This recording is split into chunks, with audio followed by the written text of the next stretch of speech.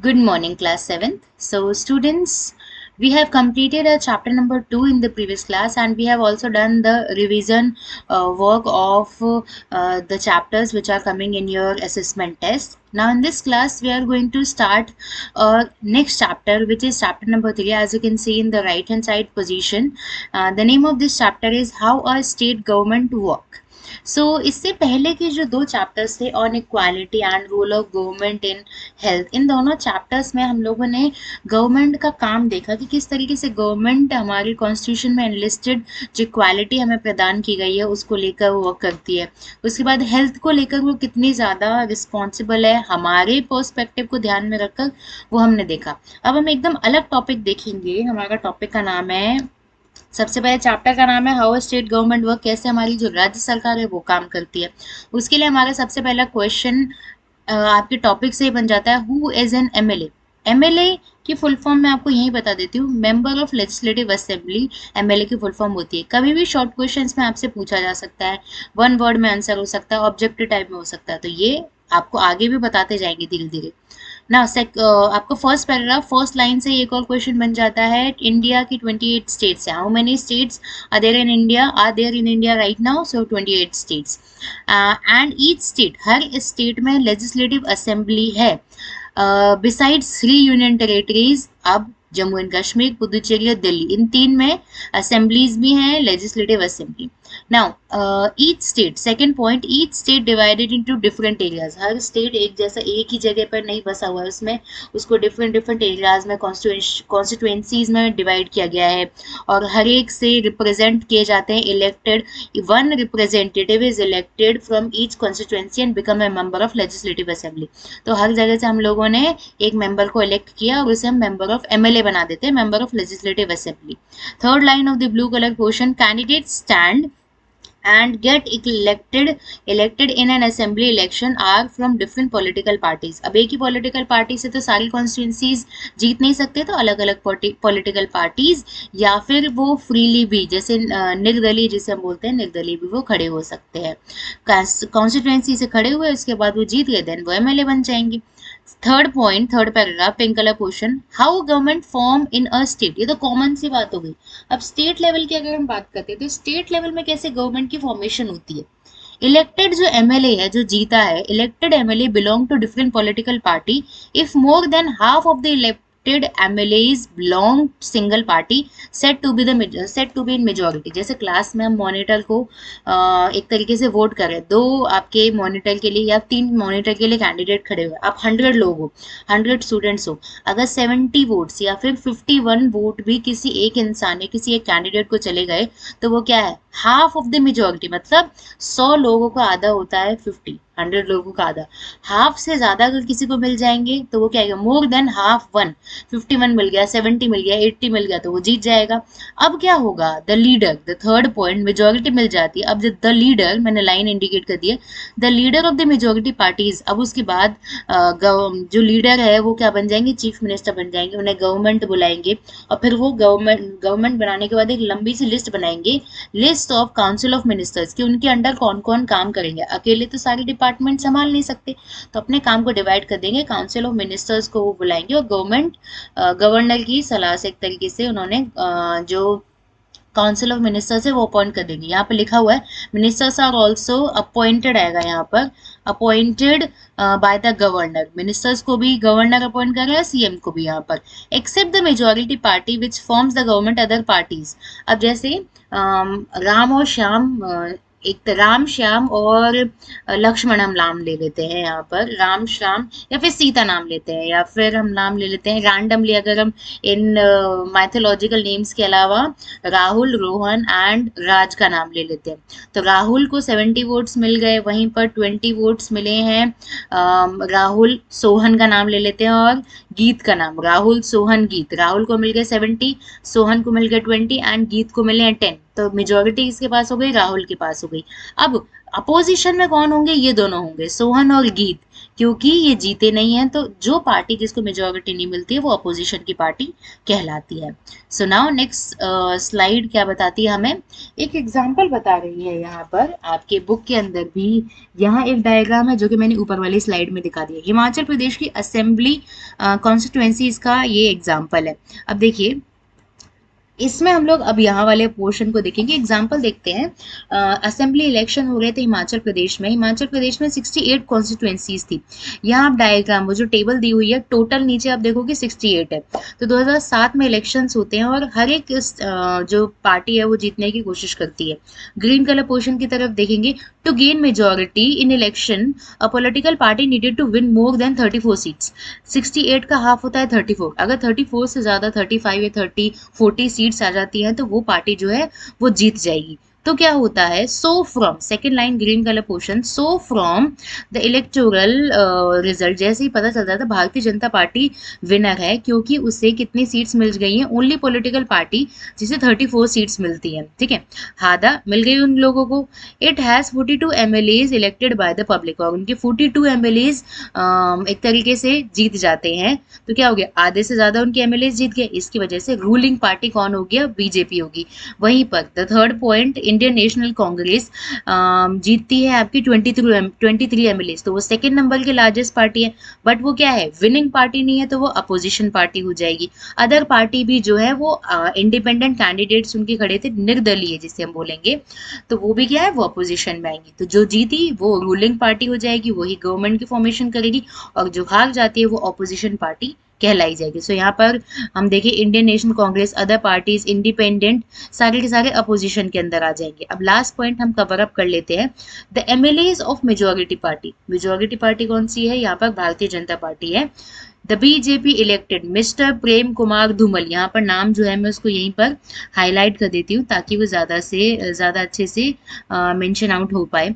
सो यहाँ पर हमने क्या किया, यहाँ पर हम लोगों ने मिस्टर प्रेम कुमार धूमल को हमारे लीडर के तौर पर हम लोगों ने खड़ा किया। उनको चीफ मिनिस्टर बनाया जाता है बाय द गवर्नर। फिर एक लिस्ट बनाई जाती है एमएलएज की टू द गवर्नर हुम ही वांटेड।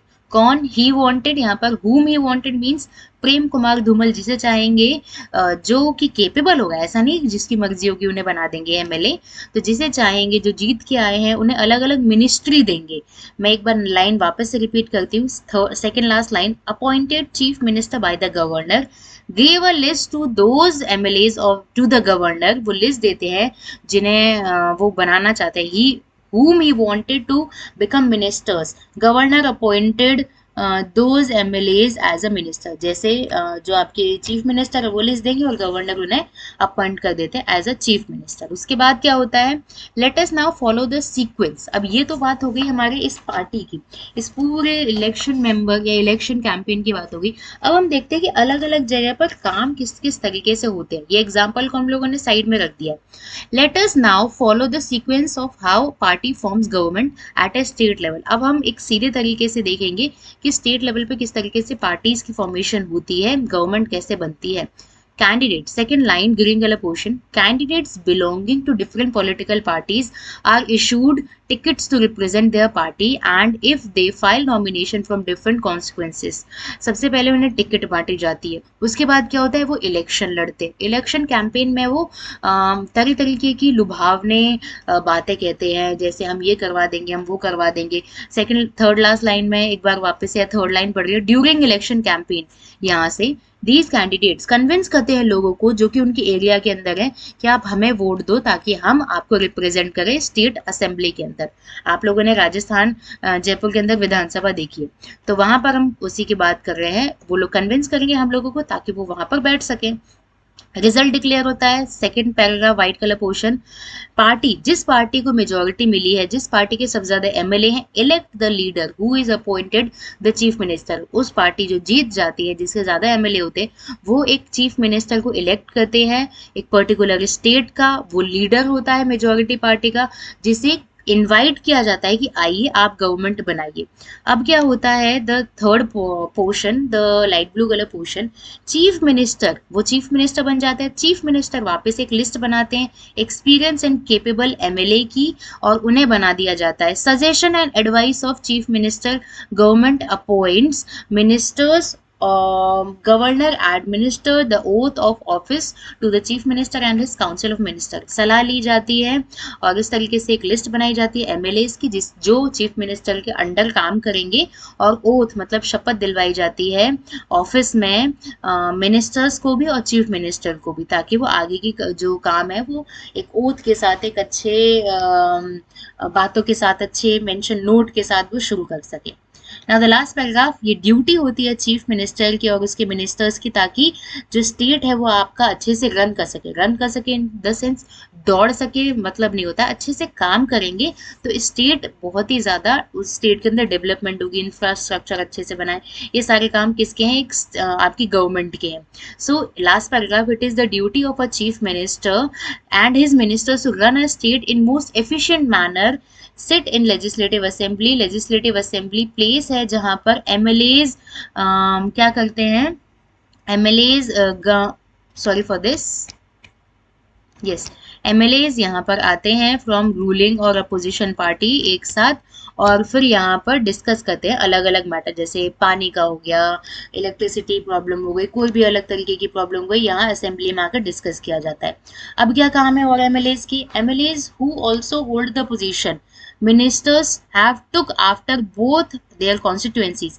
मतलब आपने जीत लिया अपना एरिया, तो इसका मतलब ये नहीं आप मिनिस्ट्री देखोगे, मान लो आपको हेल्थ मिनिस्ट्री दे दी तो सिर्फ हेल्थ मिनिस्ट्री नहीं देखोगे, आप अपना डिपार्टमेंट भी देखोगे और अपनी कॉन्स्टिट्यूएंसी जहां से आप निकल के आए हो, जहां से आप इलेक्टेड हुए, उसको भी देखोगे। तो यहाँ पर वही बात की जा रही है, MLAs who also hold the position of the ministers have took both after both their constituencies as the state as a whole minister at the department of government। Ministry जो आपको दी गई है, कोई भी मंत्रालय दिया गया उसको भी देखना है और अपने कॉन्स्टिट्यूएंसीज को भी। जैसे example second paragraph, education minister look after education department, वो एक तरीके से एजुकेशन डिपार्टमेंट देखेगा। फाइनेंस मिनिस्टर फाइनेंशियल अफेयर्स देखेगा स्टेट के। हेल्थ मिनिस्टर हेल्थ हॉस्पिटल्स, इन सब पे ध्यान देगा। तो अपने अपने एरियाज को भी देखना है और मिनिस्ट्री को भी देखना है। Now green colour portion, sometimes when the result of the assembly elections. अब क्या होता है, अब सबसे बड़ी एक दिक्कत हो जाती है, किसी को एक क्लियर मेजोरिटी नहीं मिलती है, मान लो 33, 24 इस तरीके से अगर मिल जाते हैं तो ना तो किसी को क्लियर मेजोरिटी मिली, तो कैसे गवर्नमेंट बनाई जाए? तो क्या होता है, green colour portion, sometimes when the result of the assembly elections are declared no party attain absolute majority, किसी को एकदम हाफ से ज्यादा वोट नहीं मिले, that is more than half of the total number of family, sorry यहाँ पर families नहीं आएगा, यहाँ पर आएगा, वेट फॉर अ व्हाइल,